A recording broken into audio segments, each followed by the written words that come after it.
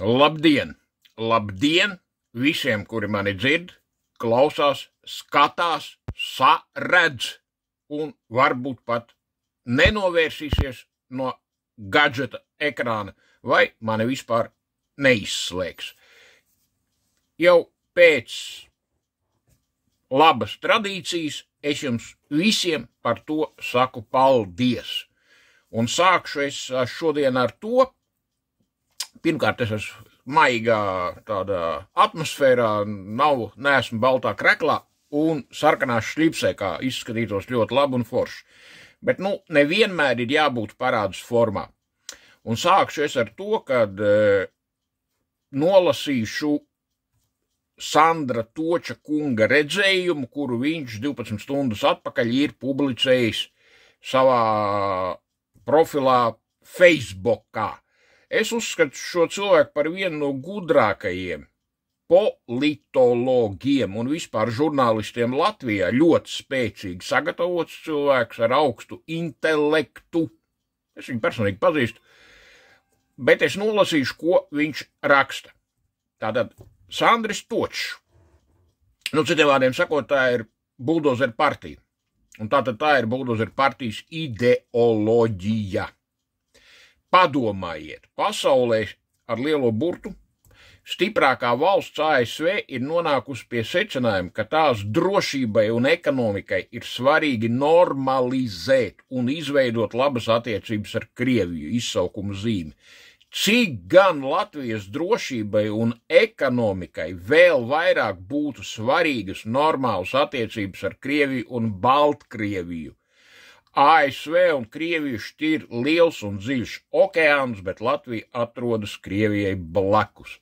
Cik trausla ir Latvijas drošība salīdzinot ar ASV, bet ASV savai drošībai strādā, lai normalizētu attiecības ar Krieviju. Latvija, cik redzams, tikai pasliktina attiecības ar Krieviju. Ekonomikā ASV darbojas globāli, Latvija ir Krievijai blakus un aiz Krievijas visa Eirāzija. Latvijai ekonomiskā sadarbība ar Krieviju būtu 10 reizes svarīgāka kā ASV. Atkal izsaukuma zīme, taču Latvijas politiķi tikai turpina visu bojāt. Šādai super neloģiskai rīcībai ir divi izskaidrojumi. Pirmais – naivais, Latvijas politiķi ir vienkārši stulbi. Otrais – ticamākais, Latvijas politiķi darbojas nevis Latvijas interesēs, bet pilda norādījums no kaut kādiem ārējiem spēkiem, starptautiskām struktūrām un citām valstīm, upurējot Latvijas drošību un ekonomiskās intereses. Skaidrs, ja? Tagad atgriezīšos atpakaļ pie sākuma un patīšu filmu par vairākiem variantiem vai prognozēm, ar kurām es esmu saskāries savā dzīves laikā.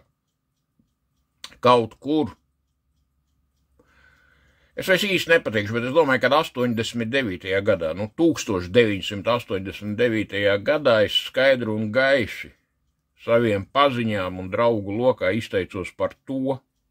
Pie tam tas tajā laikā vairs nebija absolūti nekas ekstraordinārs vai bīstams, vai apdraudējumu radīja kaut kādu, lai gan es biju padomju armijas virsnieks tajā laikā, par to, ka padomju savienībai ir atlicis dzīvot, kaut kādi 3-4 gadi, kaut kur 2 līdz 4 gadi. To es pateicu 89. gadā, dienot padomju armijā, jo es visu redzēju un visu sapratu, lai gan principā es biju jauns puika, cik tev 20 ar kapeikām, ja? Bet, to es nevaru pierādīt, tāpēc šo lietu, tad, kā saka, Graudiņš tagad daudz ko var stāstīt, ja? Tātad par to, ka Krievija iebruks Ukrainā, es pateicu līdz iebrukumam un diezgan precīzi nosaucot laiku. To gan es varu pierādīt. Ir šāda intervija un viņu pat YouTube'ā var atrast. Zinām laiku atpakaļ es pirmais Latvijā pateicu, un tam atkal ir absolūti dokumentāls apstiprinājums šeit pat YouTube'ā, to, ka Latvijai ir jāizstājas ārā no Otavas konvencijas, un mums ir nepieciešams veikt visas Latvijas robežas garumā ar Krieviju un Baltkrieviju šīs pierobežas teritorijas mīnēšanu. Pie tam mīnēšanu kompleksi gan ar pretbruņu tehnikas mīnām, gan pretkājnieku mīnām. Tajā laikā par to, bet tas nav nemaz tik sen, jā? Tajā laikā par to vēl nerunāja vispār neviens, ka Latvija varētu izstāties no Otavas konvencijas. Es to pateicu skaidru un gaiši, un tikpat skaidru un gaiši, jo tubā ir šis ieraksts, kas to apliecina. Vēl zinām laika atpakaļ es pateicu, kad Latvijai sadarbībā ar Somiju, Zviedriju, Igauniju, Lietuvu un Poliju ir nepieciešams savs kodola vairogs. Citiem sakot, mums ir vajadzīga kodola programma visām šīm valstīm, kurām ir reāls Krievijas Federācijas bruņoto spēku iebrukuma, uzbrukuma apdraudējums. Un lasot Sandri Toču, es atkal atgriežīšos atpakaļ vēsturē, un es varu pateikt, ka es esmu bijis dzīves laikā visos, gandrīz visos konfliktu rajonos, kurus ir izraisījusi Krievijas Federācija. Tā ir Piedņestra, tas ir Donbas, Kalnu-Karabah un tā tālāk. Un es esmu redzējis, pēc kādām tehnoloģijām strādā Krievija, kā darbojas viņu politiskais mehānisms, kāda ir šīs valsts ideoloģija, kādi ir šīs valsts politiskie, militārie un ekonomiskie instrumenti, ar kuriem Krievija sasniedz vai cenšas sasniegt savus mērķus. Es kopumā Krievijā nodzīvoju, ja tā ļoti detalizēti, tur skaits pa mēnešiem kaut kādus gadus 8, kaut kur gadu Ukrainā, tas ir 9 gadi, ja. Es Krievijā pabeidzu augstāko karaskolu, kuru pēc tam ar šādu pašu programmu jau pēc PSRS sabrukuma kļuvu par kara akadēmiju. Ar to es vienkārši negribu kaut ko lielīties, bet pateikt, ka man arī militārās sagatavotības līmenis ir kara akadēmija. Tāpēc attiecībā no visiem šiem kungiem, kas tiešām ir gudri čaļi, kā Sandris Točs, es tajā kaimiņu valstī esmu dzīvojis ilgi. Es tajā kaimiņu valstī esmu komunicējis ar faktiski augstāko politisko varu. Reāli un neformāli. Un ne tikai šajā valstī, kas ir Krievija, bet arī viņas satelītu valstīs. Es esmu redzējis, kā tur notiek vēlēšanas, kā tur veidojas visa šī politiskā virtuve. Un es viennozīmīgi varu pateikt pāris lietas, ka Krievijas militārs konflikts, ja mēs neizveidosim kodolu vairogu ar Baltijas valstīm vai arī ar Poliju un Somiju, ir neizbēgams. Neizbēgams. Un ir tikai jautājums, kad būs kaut kāds ultimāts ar tālāk sekojošu iebrukumu.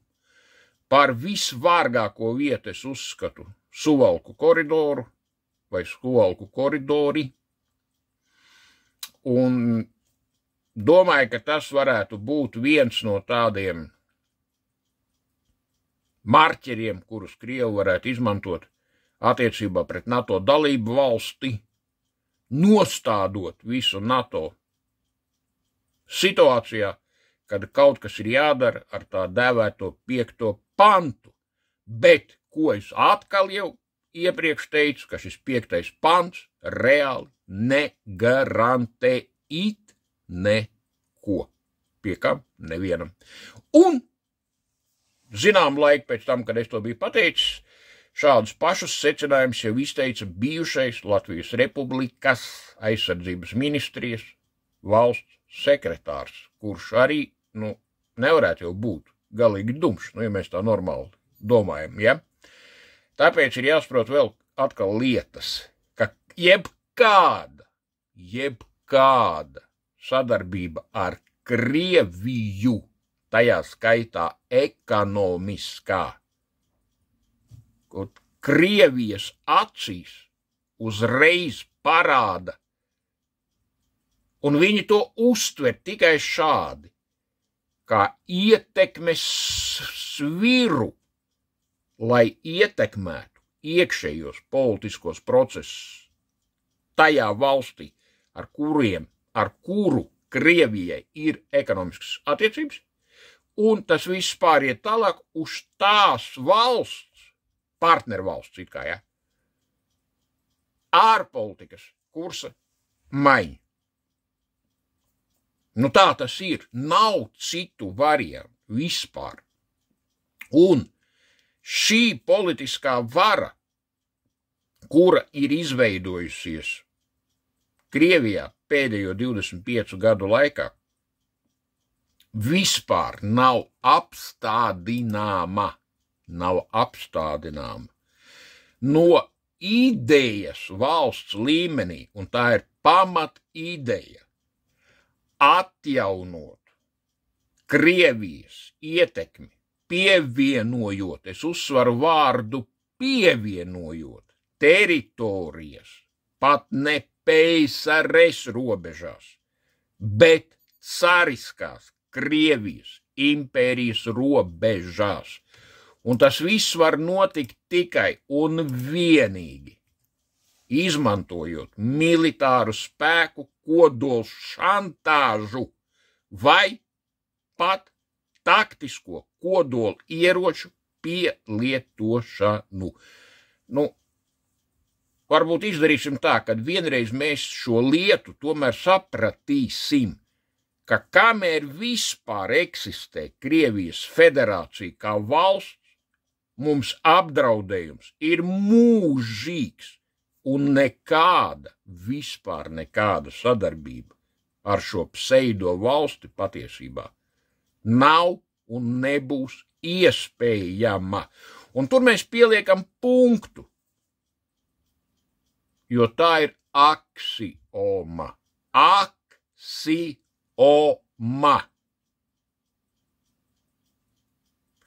Un tāpēc es gribētu ieteikt arī Sandrim, ka nevajag domāt, kad ar šāda veida paziņojumiem jūs nomakšterēsiet Krievu balsis Rīgā, Krievu valodīgo balsis.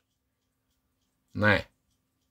Jo tā tas vienkārši nebūs. Krievi balsos vainu par faktiski partijām, kas reāli sludina Krievijas fašismu, impērismu, kā Rosļikova partija, vai nebalsos vispār. Un tas, ka pie jums ir nonākuši tur dažādi subjekti, piemēram, no Rēzeknes,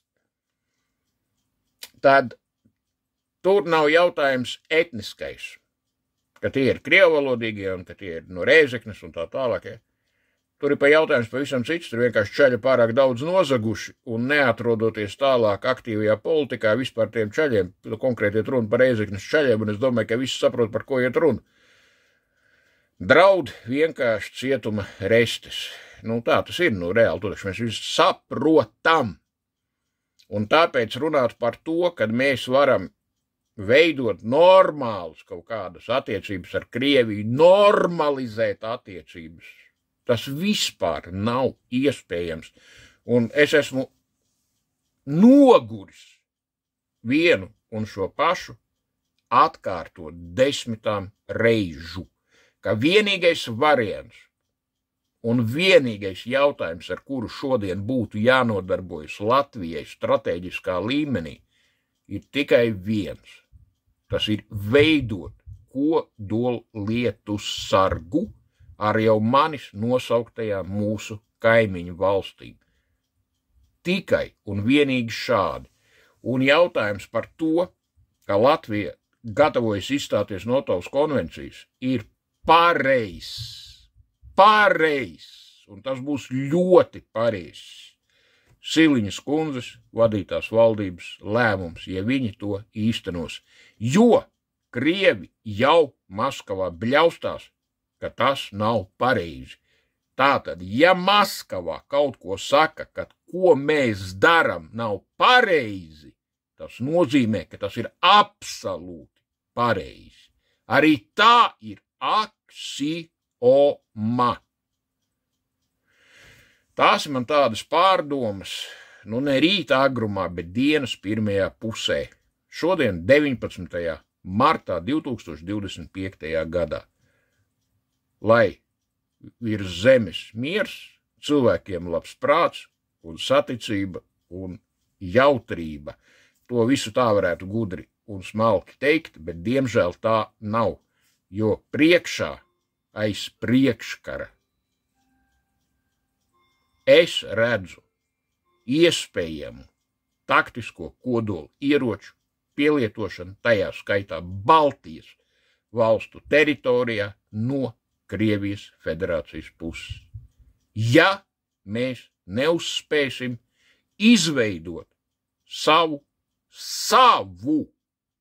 kodolu lietusargu. Visu labu, uz redzēšanos!